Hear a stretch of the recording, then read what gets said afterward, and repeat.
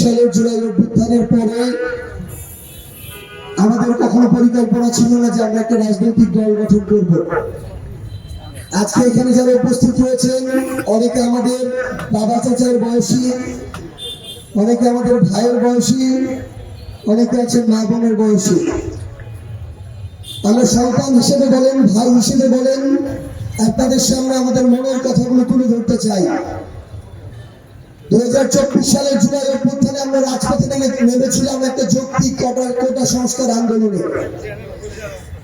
কিন্তু যখন সেই যৌক্তিক কোটা সংস্কার আন্দোলন থেকে আমাদের ভাই আবু সাঈদ থেকে শুরু করে আমাদের ভাইদেরকে নির্বিচারে হত্যা করা হলো, আমরা সেই স্বৈরাচার পতনের আন্দোলনের দিকে গেলাম।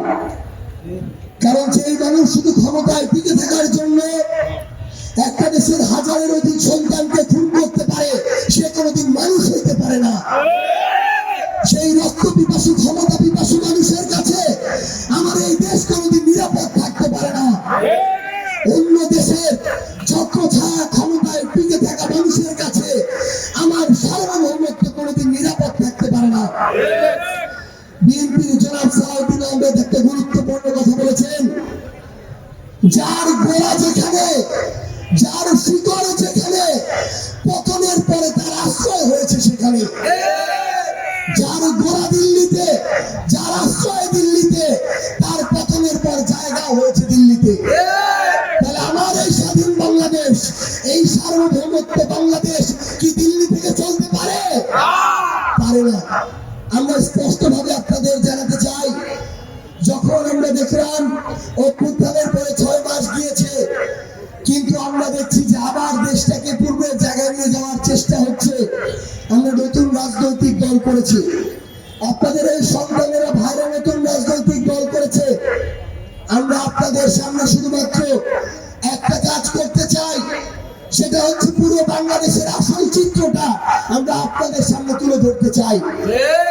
আপনারা এতদিন ধরে মিডিয়ার সামনে দিয়ে যা দেখেন, আমি আপনাদেরকে বলি, মিডিয়া অনেক কিছু আমাদের দেখায়, তার পিছনে সবসময় সত্য থাকে না। অনেক সময় ব্যক্তি, গোষ্ঠী, বিভিন্ন প্রতিষ্ঠানের স্বার্থ থাকে। এই জন্য আমরা আপনাদেরকে আসল দৃশ্যগুলো তুলে ধরতে চাই, যেন আপনারা সিদ্ধান্ত নিতে পারেন, যেন বিবেকবোধের জায়গা থেকে কাজে লাগিয়ে বাংলাদেশ গড়ার প্রত্যেকটি সিদ্ধান্তে আপনারা গুরুত্বপূর্ণ হয়ে দাঁড়াতে পারেন। সম্মানিত উপস্থিতি, আমরা এতদিন ধরে দেখেছি রাজনীতিবিদরা সংসদে এক কথা বলে, মাঠে এসে দেখে আরেক কথা।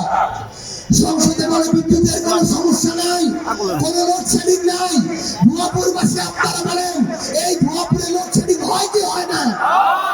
বিদ্যুৎ যায় কি যায় না? সংসদে বলা হচ্ছে তারা নাকি 1.5 বছরে 1 কোটির বেশি কর্মসংস্থান করবে।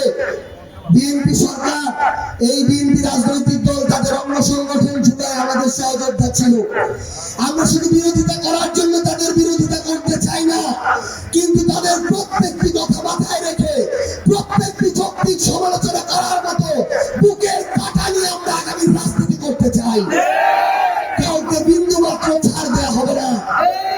বিএনপি নির্বাচন ইশতেহারে বলেছিল তারা প্রায় এই বাংলাদেশের 1.5 বছরের 1 কোটি কর্মসংস্থান তৈরি করবে। 4 মাস গিয়েছে, আমরা 1000 কর্মসংস্থানের কোনো ধরনের রূপরেখা দেখতে পাই নাই। আমার এই ভুয়াপুর থেকে শুরু করে টাঙ্গাইল, বাংলাদেশের 64 জেলায় আমরা দেখি এখানে অনেক বাবা আছে, ভাই আছে, অনেক মা আছে, যাদের অনার্স মাস্টার্স পড়ুয়া সন্তান নিয়ে তারা চিন্তায় আছে। বছরের পর বছর যায়, চাকরির মুখ দেখা যায় না।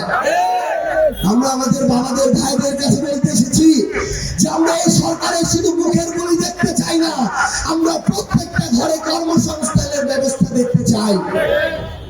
সম্মানিত উপস্থিতি, আমরা আপনাদেরকে কিছু কথা স্পষ্ট করে বলি।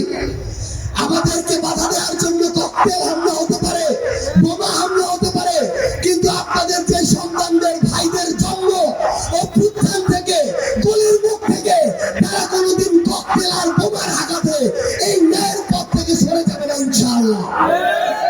যে নাহিদ ইসলামকে ওই গোয়েন্দা সংস্থা তুলে নিয়ে গিয়ে তার পুরো শরীরকে রক্তের দাগে দগ্ধ করে তুলেছিল, সেই নাহিদ ইসলামকে ককটেল আর বোমার হামলা দেখে কোনো লাভ আছে? মন্ত্রী আর সংসদ সদস্য যারা সরকারি দলের, তাদের অবস্থা হয়ে গেছে আসলে মানে একটু আমাদের তরুণ প্রজন্মের সাথে মিলায় বলি আর কি, তারা আর্জেন্টিনার মতো কামব্যাক দিতে চায় কিন্তু তারা আসলে দিতে পারে না। তাদের অবস্থা হয়ে গেছে আরেকটা দলের মতো, সেই দলের আমি নাম বলতে চাচ্ছি না। সম্মানিত উপস্থিতি, প্রত্যেকটা সত্যকে স্বীকার করার, প্রত্যেকটা সত্যকে বুক ছুলিয়ে বলার মতো আমাদের সব সাহস থাকতে হবে। ক্ষমতায় গিয়েছে, সংখ্যাগরিষ্ঠতা পেয়েছে দেখে আপনি যদি তাদেরকে ছাড় দেওয়া শুরু করেন, ভয় পাওয়া শুরু করেন, মনে রাখবেন তারা আপনার মাথায় উঠে নাচবে। যে চাঁদাবাজ, তাকে আপনার চাঁদাবাজ বলতে হবে। যে নতুন করে ক্ষমতার অপব্যবহার করা শুরু করেছে, তাকে আপনার নতুন করে ক্ষমতার অপব্যবহারকারী বলতে হবে। একটা জিনিস মনে রাখতে হবে, এখন পক্ষ স্পষ্ট তো দুইটা পক্ষ, বিএনপি জামাত এনসিপি এরকম পক্ষ না। পক্ষ হচ্ছে ন্যায় আর ইনসাফের পক্ষ, আর আরেকদিকে হচ্ছে জালিম আর আমাদের যারা অন্যায় করে তাদের পক্ষ। আপনাদেরকে একটা পক্ষ বেছে নিতে হবে। সকল ন্যায়ের পক্ষের মানুষ এক হইতে হবে, ইনসাফের পক্ষের মানুষ এক হইতে হবে। আমার বাপ আমার দাদা একটা দল করেছিল দেখে, একটা মার্কায় ভোট দিয়েছিল দেখে আমাকে ওইটাতেই দিতে হবে, এই যদি হয় আমাদের বিবেকবোধের অবস্থা, তাহলে কি দেশের পরিবর্তন হবে? দেশের পরিবর্তন হবে? তাহলে যারা খারাপ করবে তাদেরকে খারাপ বলতে হবে, যারা তাদের জায়গা থেকে খারাপ কাজ করবে খারাপটাকে খারাপ বলার সাহস রাখতে হবে। আমাদের এই বাংলাদেশে আমরা একটা স্বৈরাচারের সময় পার করেছি। আমাদের বিএনপির ভাইরাও নিপীড়িত, জামাতের ভাইরাও নিপীড়িত, এনসিপি তো মাত্র আত্মপ্রকাশ করেছি। এনসিপি এই অভ্যুত্থানের মধ্য দিয়ে, আন্দোলন সংগ্রামের মধ্য দিয়ে গিয়েছে। মনে রাখবেন, আমি খালি ভালো চাই, ভালো সিস্টেম চাই, টাকা ছাড়া থানা চাই, অফিস চাই, ভূমি অফিস চাই, হাসপাতালে সেবা চাই, শিক্ষা প্রতিষ্ঠানে শিক্ষা চাই। আর ভোট দেওয়ার সময় বিবেকটা বন্ধক দিয়ে একটা দলের দালালি করে অন্ধভাবে যদি একটা মার্কায় ভোট দিই, এই দেশের কোনোদিন পরিবর্তন হবে না। এই জন্য আগে কি দল করেছেন, কি মার্কা ছিল দেখার দরকার নাই। আগামীতে ন্যায় ইনসাফের পক্ষের দলের পক্ষে আপনাদের সমর্থন থাকতে হবে ইনশাআল্লাহ। থাকবে তো ইনশাআল্লাহ?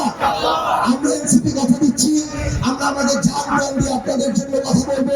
এবং আমাদের আলেম ভাইরা, সর্বশেষ শুধু একটা কথা বলি, আলেমদেরকে অনেক ট্যাগিং দিয়ে বিগত সময় অন্যায় করা হয়েছে, জুলুম করা হয়েছে, হত্যা করা হয়েছে, ক্রস ফায়ার দেওয়া হয়েছে। আগামীর বাংলাদেশে আলেমরা তাদের কণ্ঠস্বর জারি রাখবেন। কোথাও অন্যায় দেখলে একসাথে রুখে দাঁড়াতে হবে ইনশাআল্লাহ।